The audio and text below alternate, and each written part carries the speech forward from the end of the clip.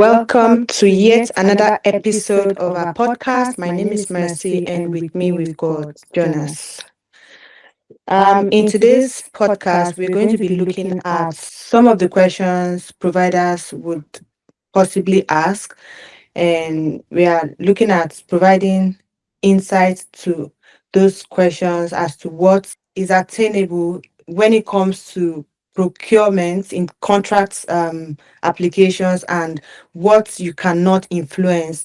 So today we are looking at what can a tender writer influence the results outcome from an application submitted by the provider. So sit put, and we have Jonas enlighten us when it comes to the outcome from an application that has been submitted. So Jonas, could you please educate us on outcomes? Can a provider influence the results or an outcome for a tender that has been submitted?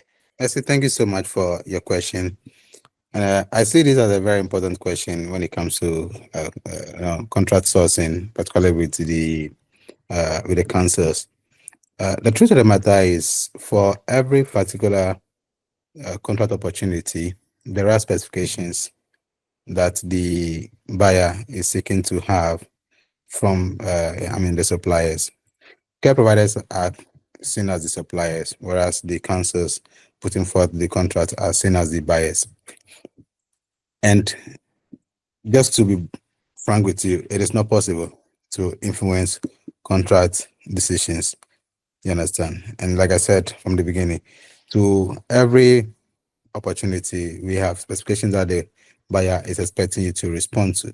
You have the selection questionnaires that will first of all be answered. Then follow up to that are the technical questions that you need to answer as a care provider seeking to, qualify onto a framework. Now, like you rightly called it, misconception. You have some providers that think that they need to know someone within the local authority or within the council to very much have an influence on the outcome. It is not done that way. There is fairness in the Procurement Act that indicates that it is persons or companies with merit. You need to get this based on merit and not necessarily because you are able to lobby your way to a good outcome.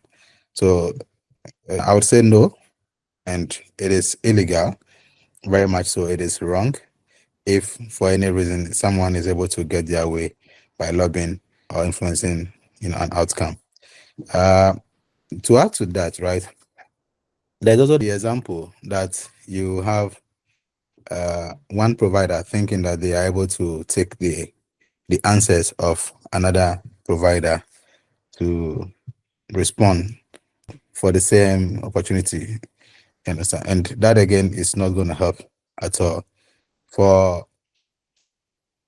the council standpoint, they see each supplier or prospective supplier as a unique company on their own, and our responses should not be the same by two care companies. If I'm care company A and you're care company B, the dynamics that apply to me are different. My records are definitely not your records. My company name is not your company name. So is my company number. And what makes me unique is not definitely what makes you unique. So it's similar to having an examination where two candidates write the same answers. Obviously, it raises a lot of question mark in there. So that is also not possible.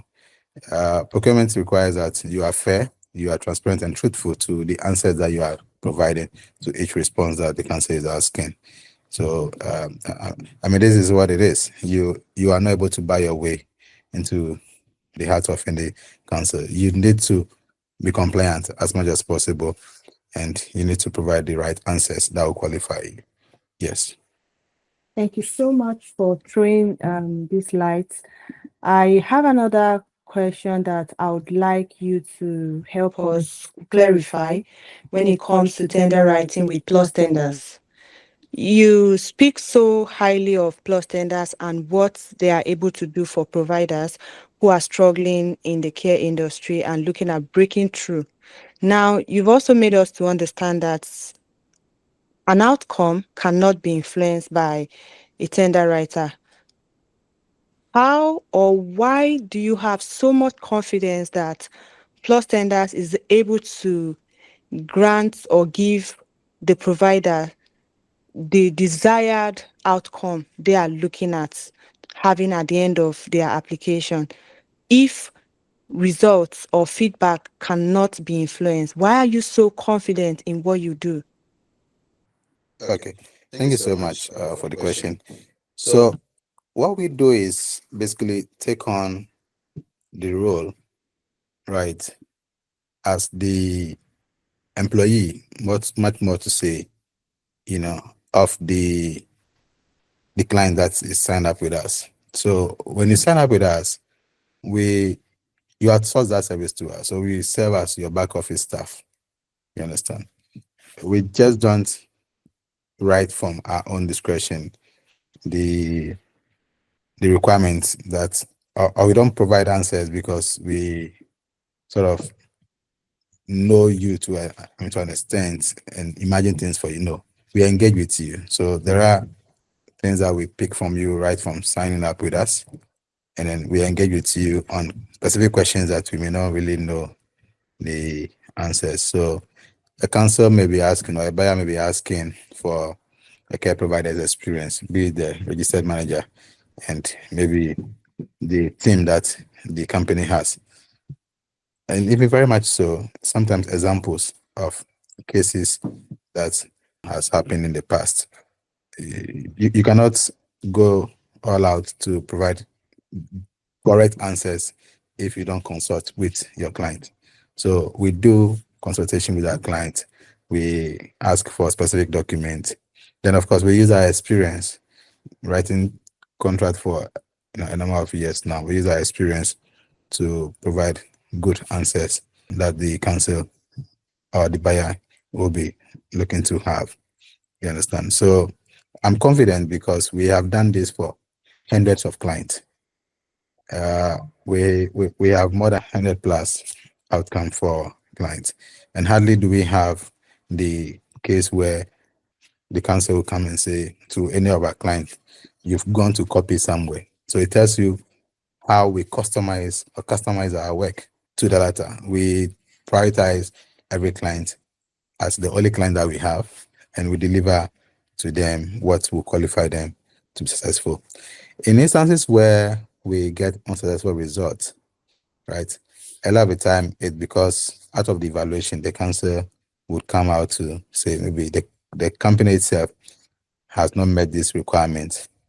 You understand? It could be financial requirements that maybe yes, documentations, or we provided documents to make for the answers or the requirements. But then that is why evaluation is there. So the council looks at it and we're like, no, this ratio we are looking for is not what you've presented to us.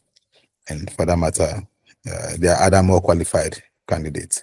You understand? So we have instances where not all our submissions are successful, but we try as much as possible to make sure that the fault is not really from our end. And the ones that will be from our end, maybe poor oversight or lack of proper review. Of course, it becomes a case that we so much look into to make sure we reduce the unsuccessful rate. You understand? So far, we have done extremely well for majority of our clients. You understand?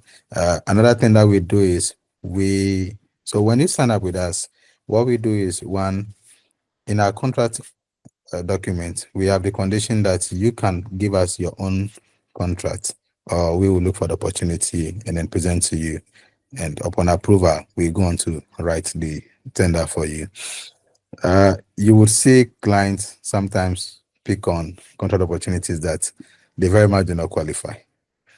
And they are unable to meet the criteria that the council is asking for. And in such instances, you advise them. Some of them, yes, they would listen to you because you are the expert.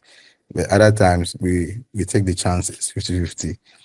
Okay, this requirement can be substituted for this. So let's see if this may go well for us. So yes, we take from clients as well as we also present to them the opportunities that are available within their locality or particularly with their local authority or the surrounding counties. Yeah. Okay, thank you so much. How do you still ensure this provider has value for money?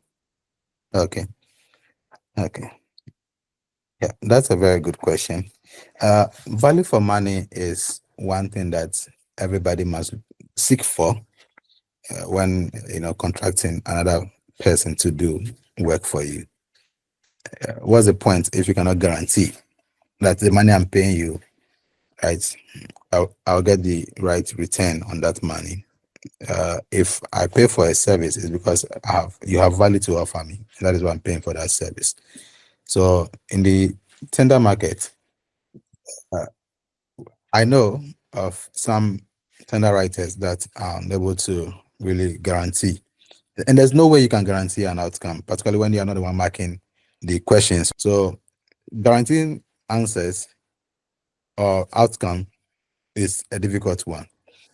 We say value for money because in our contract agreement, we promise securing and not just writing the application. We promise to secure, right, a number of tenders or a number of applications for clients. So in instances where we even are unsuccessful with a particular application or two, we just don't leave it there. We go on to what? Rewrite this in applications for you. As we speak now, there is a new strategy that we are trying to put in place. You could see majority of the providers that we have are providers that are new and they very angry for clients.